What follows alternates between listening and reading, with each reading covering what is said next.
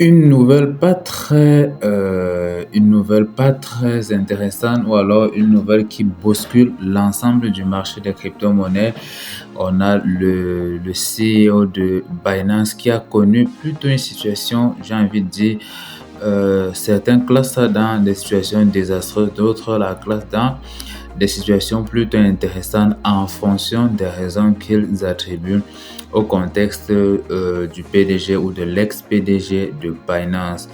Et à la suite de tout ceci, il faut avouer que Binance ou encore son PDG, son ex-PDG, représentait quelque chose de plutôt gros dans l'écosystème des crypto-monnaies.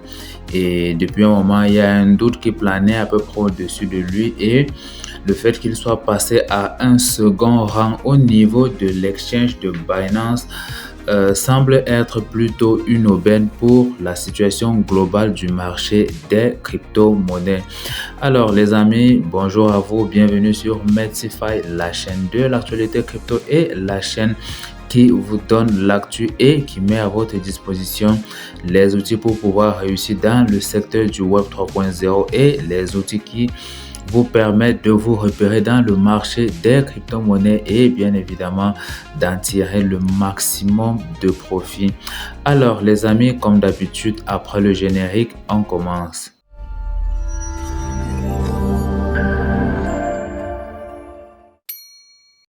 Alors, les amis, comme je vous le disais tout à l'heure, quand je parle de la situation globale du marché, c'est que je laisse entendre, bien que je ne vais pas directement faire allusion à la nouvelle qui a secoué le marché, disons hier, on peut remarquer aujourd'hui quelques petites répercussions sur le marché global avec un Fear and Greed sur le CoinMarketCap qui est au niveau des 73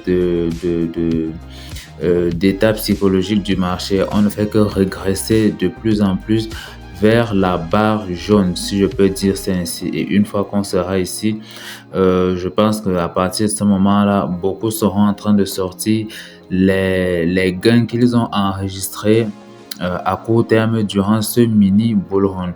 Parce que rassurez-vous, il est encore assez difficile de dire si on est oui ou non en bull run. Mais on peut reconnaître que le marché a essayé de souffler un peu après une longue, mais alors très longue période de bear market. Et voilà donc le petit profit que nous avons pu enregistrer. J'espère que vous, de votre côté, vous avez également pu enregistrer des profits pour pouvoir reprendre position après que le marché aura connu un nouveau plus bas.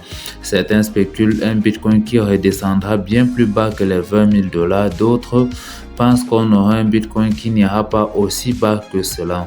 Donc, on ne pourra qu'attendre pour voir parce que, bien évidemment, le marché des crypto-monnaies, le marché ou encore les marchés financiers, dans leur ensemble, ne peut être prédit de la sorte avec autant de précision. Donc, on va s'attarder sur les petites indications que nous avons et essayer de se faire ou de s'y faire. Et quand on regarde du côté de la capitalisation boursière du marché, on peut bien constater on est à 1,42 trillion de dollars avec 3,04% d'augmentation, ce qui est plutôt intéressant. Et de façon un peu plus précise, on a un Bitcoin qui se trade aux alentours de 37 375 dollars et qui est croissant sur les 1h24, un Ether qui est croissant sur 1h24 et les 7 jours avec un jeton qui se trade aux alentours des 2064 dollars, un BNB qui a aussi purgé un sérieux coup par rapport à l'annonce autour du PDG de Binance. Le BNB a fait une chute de 10% en 24 et il se trade aujourd'hui aux alentours des 236 000 dollars. Il en baisse sur les 1 heure, les 24 et les 7 jours, bien évidemment. Sinon, dans l'ensemble, le marché, si on veut s'en tenir à ce que nous avons eu là, il est croissant de 3,04%. Alors, pour l'actualité, de façon un peu plus précise sur une analyse que j'ai faite pour le Bitcoin, n'est-ce pas? On a quelques petites informations là, ou alors j'ai fait une petite analyse qui nous fait comprendre qu'après les rapports de règlement de Binance et de la démission de Changpeng Zhao, le prix du Bitcoin a commencé une correction à la baisse, comme vous pouvez le constater là. Il a commencé une correction à la baisse et là, on n'est pas loin d'un support aux alentours de, bon, laissez-moi évoluer. Donc, on a fait, une retombée là, on a fait une chute au point de tomber au-dessus du support des 37 000 $ net, n'est-ce pas? On est retombé jusqu'à ce niveau. Et cependant, les taureaux, ceux qui sont très souvent forts pour recharger à la moindre correction, et se sont montrés plutôt actifs près de la zone de soutien des 35 650 $, et ce qui leur a permis de former donc un bas près de 35 650 $ pour l'achat du Bitcoin. Et le prix a commencé dans une nouvelle augmentation et a coupé toutes les pertes qui ont été enregistrées en un laps de temps après l'annonce autour de Binance. Donc les pertes ont été coupées et voilà que Bitcoin est remonté même aux alentours des 37 000 $. Et il y a eu même une cassure au-dessus d'une ligne de tendance baissière majeure avec une résistance proche des 37 000 $. Oh, oui, une résistance proche des 37 000 $. Et le Bitcoin se négocie maintenant à l'heure de la vidéo, comme j'ai dit, aux alentours de 37 000, c'était 37 350 $. Et oui, aux alentours de 37 350 $. Et avec les 37 000, oui, c'est 32 aux alentours d'une zone de 37 350 $. Et qu'est-ce que j'allais ajouter à propos? Oui, 37 350 $. Et avec une moyenne mobile simple de 100 heures, voilà, avec une moyenne mobile simple de 100 heures, mais qu'au-dessus du niveau de retracement de Fibo de 23,6% du mouvement ascendant du swing de 35 645 $ bas au high de 37 777 $. Et à la hausse, la résistance immédiate est proche du niveau des 37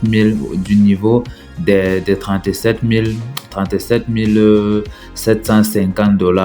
Et la résistance principale se forme maintenant près du niveau des 38 000 $. C'est ce qu'on a depuis et qu'on essaye de traverser, c'est-à-dire quelque part ici, au niveau des 38 000 $. Et une clôture au-dessus de la résistance de 38 000 $ pourra commencer donc une forte augmentation. Si on parvient à casser ce support-là, on pourra juste remarquer une forte croissance sur le Bitcoin et pourquoi pas dire les jetons ordinals, bien évidemment, on pourra observer une croissance de ce côté-là. Donc, essayez d'être plutôt attentif à ce propos-là. Et si on fait donc cette cassure là, on pourra se rapprocher au niveau des 38 800 $, et pourquoi pas dire même au niveau des 39 200 et au niveau des 40 000 $. Et si le Bitcoin ne parvient pas à s'élever au-dessus de la zone de résistance des 37 750 $, il pourrait commencer clairement un nouveau déclin beaucoup plus pour redescendre aux alentours des 35 650 où les baleines se sont positionnées pour le rachat du Bitcoin. Donc, il faut être très attentif par rapport à tout ceci. Donc, c'est à peu près ça. Et quand on évolue avec l'actualité, on a quoi? On a le fait que BitGate nous apporte une solution assez intéressante sur son réseau. Et vous savez que BitGate se positionne comme étant un des futurs concurrents directs de Binance. Et en tant que futur concurrent direct de Binance, il est en train d'améliorer la sécurité et j'ai envie de dire la sécurité, la transparence et bien d'autres paramètres, parce que pour la plateforme de trading crypto-monnaie qui se distingue par sa transparence et sa sécurité, BitGet a mis en place plusieurs mesures pour protéger les fonds de ses utilisateurs, notamment la preuve de réserve, comme ça a été exigé c'était Binance, c'était le CZ qui avait parlé de ça, je ne sais plus trop. Dans la preuve de réserve qui garantit quelque part que chaque dollar détenu par les utilisateurs est adossé à 2 dollars, en réserve. Donc, ils essaient d'avoir une surcollatéralisation des actifs de leurs clients. Ce qui fait que si les clients sont présents sur l'échangeur à hauteur de 1 milliard, ils veulent avoir 2 milliards. Ils se disent devoir avoir 2 milliards pour pouvoir éponger tout cela, ce qui est plutôt intéressant. Moi, personnellement, je suis sur BitGet et pour ceux qui veulent gagner 100 dollars en s'inscrivant sur BitGet, je vous prie de passer par mon lien dans la description. Vous allez voir, le lien, il n'est pas opérationnel parce que je n'ai pas encore atteint un grand nombre d'abonnés. Donc, vous pouvez télécharger l'application via App Store, via Play Store et venir chercher le code de parrainage là-dessus et aller l'insérer dans votre application. Et c'est parfois subtil. Quand vous installez l'application, je pense que au moment où vous installez votre email et je pense une autre coordonnée là, il y a une petite flèche en bas où on vous indique code de parrainage. C'est assez subtil, donc si vous ne le voyez pas, vous risquez de traverser et rater l'opportunité de bénéficier des frais de trading réduits sur la plateforme par avis en plus. Frais de trading réduits à vie sur la plateforme. Donc, BitGo dispose même également d'un fonds de protection de 300 millions de dollars et d'audits externes réguliers pour renforcer la sécurité des actifs des crypto-monnaies. Donc, les gars ont fait une audit des fonds et même pas seulement des fonds, mais de la plupart des actifs cryptographiques dont ils disposent sur la plateforme. C'est assez rassurant pour ma part. Encore que s'ils font ajouter quelque chose, BitGet stocke la plupart des actifs numériques dans des portefeuilles multi-signatures hors ligne, ce qui fait que si on veut faire un retrait, il y a plusieurs signatures qui se devront d'être validées et reconnues, et ce qui réduit quelque part les fraudes, les arnaques sur la plateforme. Ça, c'est plutôt pertinent. Donc, je vous invite à aller sur BitGet pour pouvoir en profiter. Et quand on passe à l'actualité suivante, on a le fait que le prix actuel semble ne pas contenter les personnes qui sont en position sur le Bitcoin. Les gars attendent qu'on essaie d'aller chercher les 40 000 dollars. Pourquoi pas dire plus? Parce que selon une analyse récente de Glassnode, le rallye haussier du Bitcoin se poursuit avec une augmentation de 38% depuis le début du dernier trimestre, c'est-à-dire la fin de l'année de 2023, depuis du dernier trimestre. Cependant, malgré la hausse, les détenteurs de Bitcoin ne semblent pas prêts à vendre leur position, même si le rallye a mis plus de 16,3 millions de Bitcoin en profit aux personnes qui étaient déjà en staking, pas seulement en staking, mais en holding sur le Bitcoin. Donc, ils ont pu générer un profit qui s'élève à près de 16,3 millions de Bitcoin carrément. Wow, c'est juste ouf, les gars. Et ce qui représente même quelque part près de 83,6% de l'offre en circulation de Bitcoin actuellement. Parce que vous savez qu'il y a, je pense, un truc comme 4% ou 4 millions de Bitcoin qui ont totalement disparu, donc on ne les retrouvera plus jamais. Donc ils sont à jamais conservateurs de la valeur sur le Bitcoin. C'est juste un truc de dingue, les gars, c'est juste un truc de dingue. Donc, c'est à peu près ce qui a été généré. Les gars sont assez optimistes et continuent donc de rester sur leur position. Et selon même une récente analyse de Plan B sur Twitter, la nouvelle application, dans le nouveau nom, c'est X, le rallye actuel n'est qu'une phase de pré-hausse. Comme je vous le disais tout à l'heure, je ne pense pas que nous serons déjà en plein bull run. Donc, on n'est qu'en pré-hausse. C'est des moments comme ça qu'on retrouve très souvent dans l'espace des crypto-monnaies pour se faire souffler un peu près le marché, et le véritable bull run du Bitcoin viendra après le halving, ça c'est clair. 18 mois après le halving, retenez très bien ce nombre de mois, 18 mois après le halving, on pourra voir une performance continuellement haussière sur le Bitcoin. Et, et c'est à peu près ça, on dit très souvent 6 mois avant le halving, 18 mois après le halving, c'est tout ça. Et surtout le halving, vu qu'il sera en avril 2024, il faudra donc être prêt à vivre tout ce qu'il y aura là-dedans. Et comme il y a également les ETF Bitcoin qui sont en train d'arriver, je vous assure, on pourra potentiellement avoir quelque chose de bullish et de super bullish dans l'espace des cryptos. Pour l'actualité suivante, je pense que c'est celle-ci. Et Gary Gensler, je pense qu'il fait à peu près l'objet d'un débat de colère sur la toile parce que si je ne me trompe pas, la plupart des Américains semblent s'opposer à peu près à ce qu'il est en train de faire parce que les positions que lui prend ne consistent qu'à dégrader l'espace de la crypto.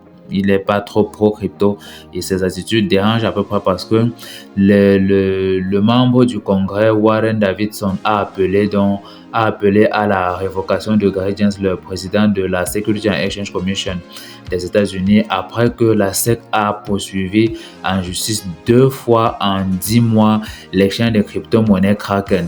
Et Davidson a présenté une loi visant à supprimer le poste de président de la SEC, mais il a ajouté un 6e commissaire pour éviter une domination politique dans le secteur, parce que la moindre occasion de laisser place à quelqu'un qui peut avoir un pouvoir absolu dans une instance juridique comme ça, là, c'est très souvent dangereux pour l'écosystème chez eux.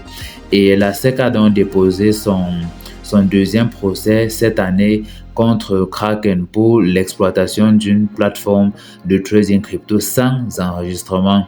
Et le cofondateur de Kraken, Jess Powell ou encore Jerome Powell, a critiqué la SEC pour avoir poursuivi l'entreprise malgré un précédent règlement de 30 millions de dollars. dont l'avocat John Deaton a également exprimé son opinion sur X, qualifiant Gensler de régulateur méprisable et déshonorant pour avoir poursuivi Kraken malgré le règlement précédent qui avait déjà eu lieu. Et je ne sais pas ce que vous en pensez. De la plupart des avis qui ont toujours porté sur Gary Gensler, qu'est-ce que vous pensez aujourd'hui en ce qui le concerne? Est-ce que c'est quelqu'un de vraiment intéressant dans l'espace crypto pour faire évoluer le secteur? Je pense pas, à mon avis. En fait, sur l'actualité que nous avons ici là, c'est une actualité qui fait comprendre que Bitrad, un échangeur de cryptographie japonais, a commencé à prêter des crypto-monnaies XRP et Shiba Inu le 21 novembre. Et la période de prêt pour XRP et Shiba Inu est de 90 jours déjà, avec un taux annuel de 2% sur ces actifs-là. Et pour XRP, la quantité minimum qui peut être prêtée est de, si je ne me trompe pas, est de 100 XRP. Oui, c'est de 100 XRP. Je pense qu'ils l'ont mentionné quelque part. Je ne sais pas si c'est ici. Oui, pas ça. C'est de 100 XRP. Donc, ce que quelqu'un pourrait prêter sur la plateforme est de 100 XRP. Et le minimum, je pense, et le maximum pour le XRP était de 500 000 XRP. Pour Shiba, la demande minimale est de 10 millions de Shiba, tandis que la demande maximale est de 10 milliards de Shiba sur la plateforme. Et Kraken est confronté même à un procès de la SEC, comme je venais de le souligner, et c'est ce que l'article nous souligne ici. Le prix du Bitcoin, lui, pourrait dépasser la barre des 220 000 $, d'après toujours l'article que vous avez sous les yeux, au cours des 18 prochains mois, selon une prévision récente par le compte X éminent Bitcoin Archive. Et le prix de Bitcoin a même fortement augmenté, depuis le bottom des 15 000 $. Le Bitcoin a sacrément fait une performance. Donc voilà, et quand on revient ici, on a une actualité qui porte sur l'état de santé de Circle, l'émetteur de l'USDC, si je ne me trompe pas, non, l'USDC, oui, l'émetteur de l'USDC. En fait, Circle, pour le moment, Circle, l'émetteur du stablecoin USDC a lancé une norme du USDC ponctée qui permet de déployer une vision ponctée du USDC sur les blockchains Ethereum Virtual Machine. Et l'USDC natif est renforcé par des produits tels que Circle Mint et CCTP. Mais la forme ponctée du stablecoin résout le problème du démarrage à froid sur les nouvelles blockchains. Et cette solution même permet aux développeurs de créer rapidement la liquidité pour le stablecoin. Ça permet vraiment de créer rapidement la liquidité pour le stablecoin et aux utilisateurs même d'explorer de nouveaux cas d'utilisation. Et les caractéristiques clés même de la norme du USDC ponctée de Circle sont sans permission équitable, normalisée, extensible, sécurisée et auditée. Ce qui montre donc une très belle évolution du côté de Circle. Qu'est-ce que ça nous fait espérer? Ça nous fait espérer quelque chose de bullish pour le prochain bull run en tant que stablecoin. Et si on doit ajouter quelque chose sur l'actualité, c'est que Linea, je ne sais pas si vous connaissez Linea, qui est actuellement une layer 2 ou une layer 0. En tout cas, c'est une couche d'une autre solution qui est développée sur Ethereum afin d'améliorer quelque chose. Enfin, elle apporte une solution sur Ethereum en tout cas. Je n'ai peut-être pas l'info technologique propre qui repose sur Linea, mais je pense que Linea et Scroll, c'est deux nouvelles blockchains qui sont en plein développement. Et les deux ont déjà embrassé la norme de l'USDC, la norme déployant avec succès les contrats du USDC ponctés sur leur testnet et mainnet respectifs.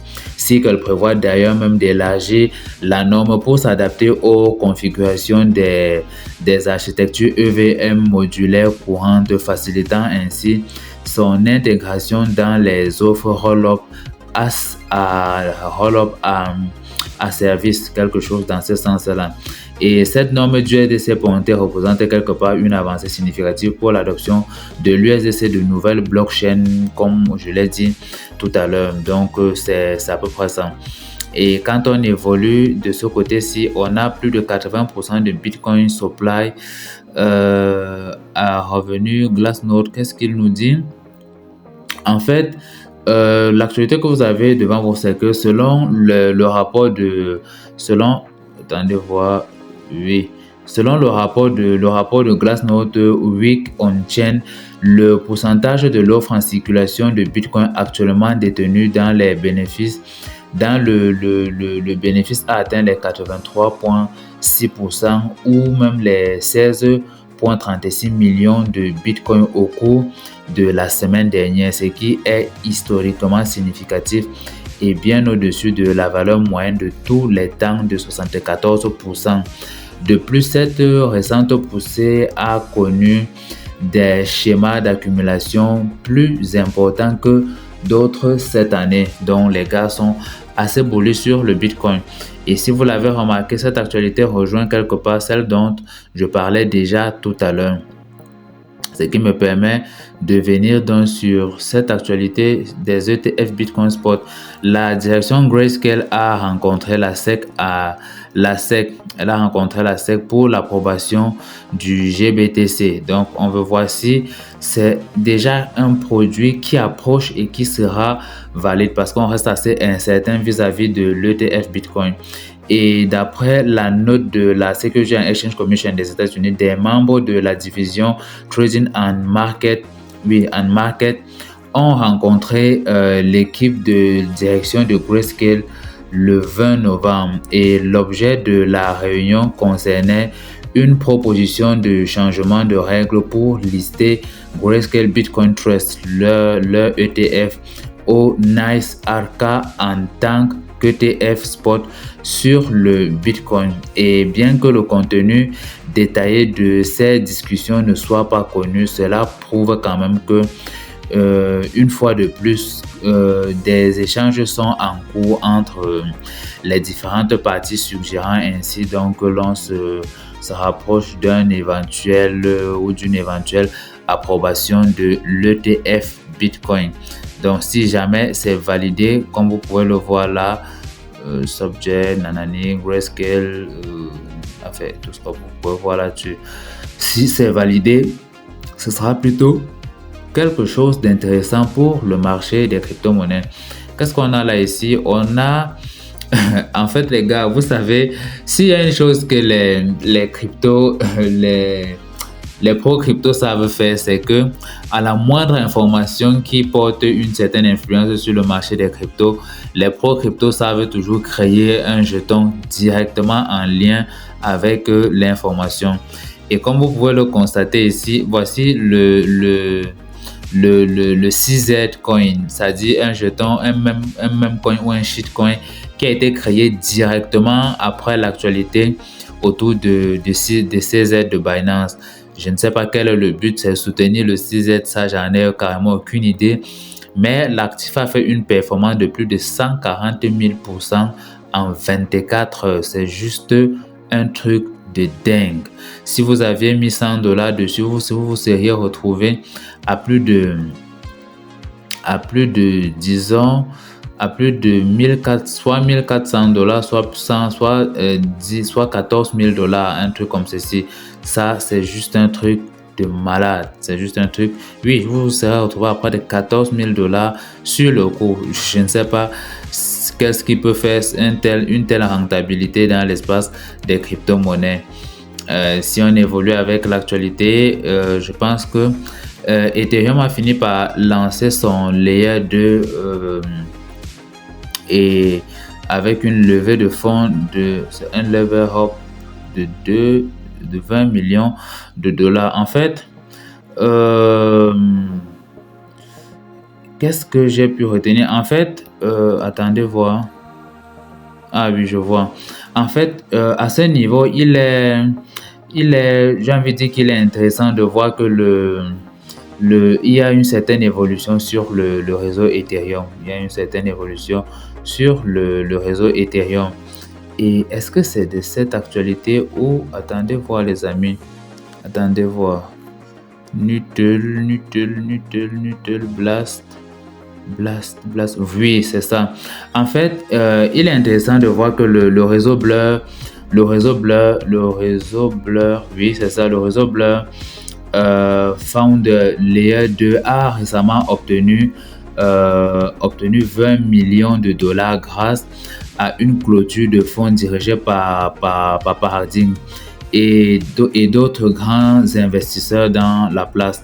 Et cette initiative vise quelque part à résoudre les lacunes actuelles qu'on retrouve sur la blockchain d'Ethereum en termes de vitesse de transaction et de taux de congestion sur le réseau, ainsi qu'au niveau des coûts et d'évolutivité sur le réseau. En fait, Blast, la société dans laquelle Paradigm a investi, possède des caractéristiques uniques et avant-gardistes, notamment un mécanisme de composition automatisé qui équilibre les investisseurs du réseau pour croître et gagner les récompenses supplémentaires sur le réseau. Et si les 20 millions sont utilisés de manière optimale, nous pouvons espérer que cela résoudra quelque part les défis futurs d'évolutivité tout en réduisant quelque part les coûts inutiles qu'on retrouve sur le réseau Ethereum, parce que il y a un trade qui m'a coûté presque $13 récemment.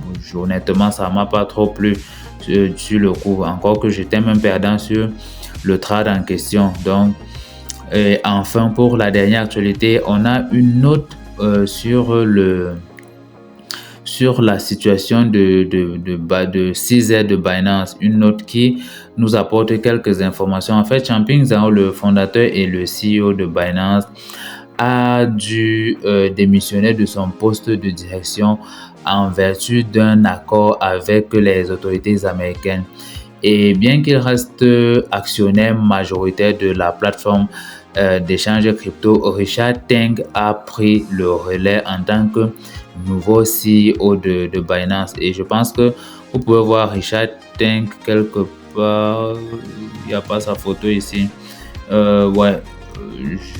En tout cas, Richard Teng a pris le poste de CEO. Il est désormais le prochain CEO de Binance. Et les équipes de Binance sont donc prêtes à continuer le travail et à écrire un nouveau chapitre axé sur la conformité réglementaire, la fusion avec la finance classique et l'adoption de masse des réseaux de crypto-monnaies via la Web3 ou le Web 3.0. Ce sera tout pour l'actualité crypto du jour. Alors les amis, n'oubliez pas de vous abonner, de liker et de commenter afin de recevoir les notifications pour les prochaines vidéos. Alors,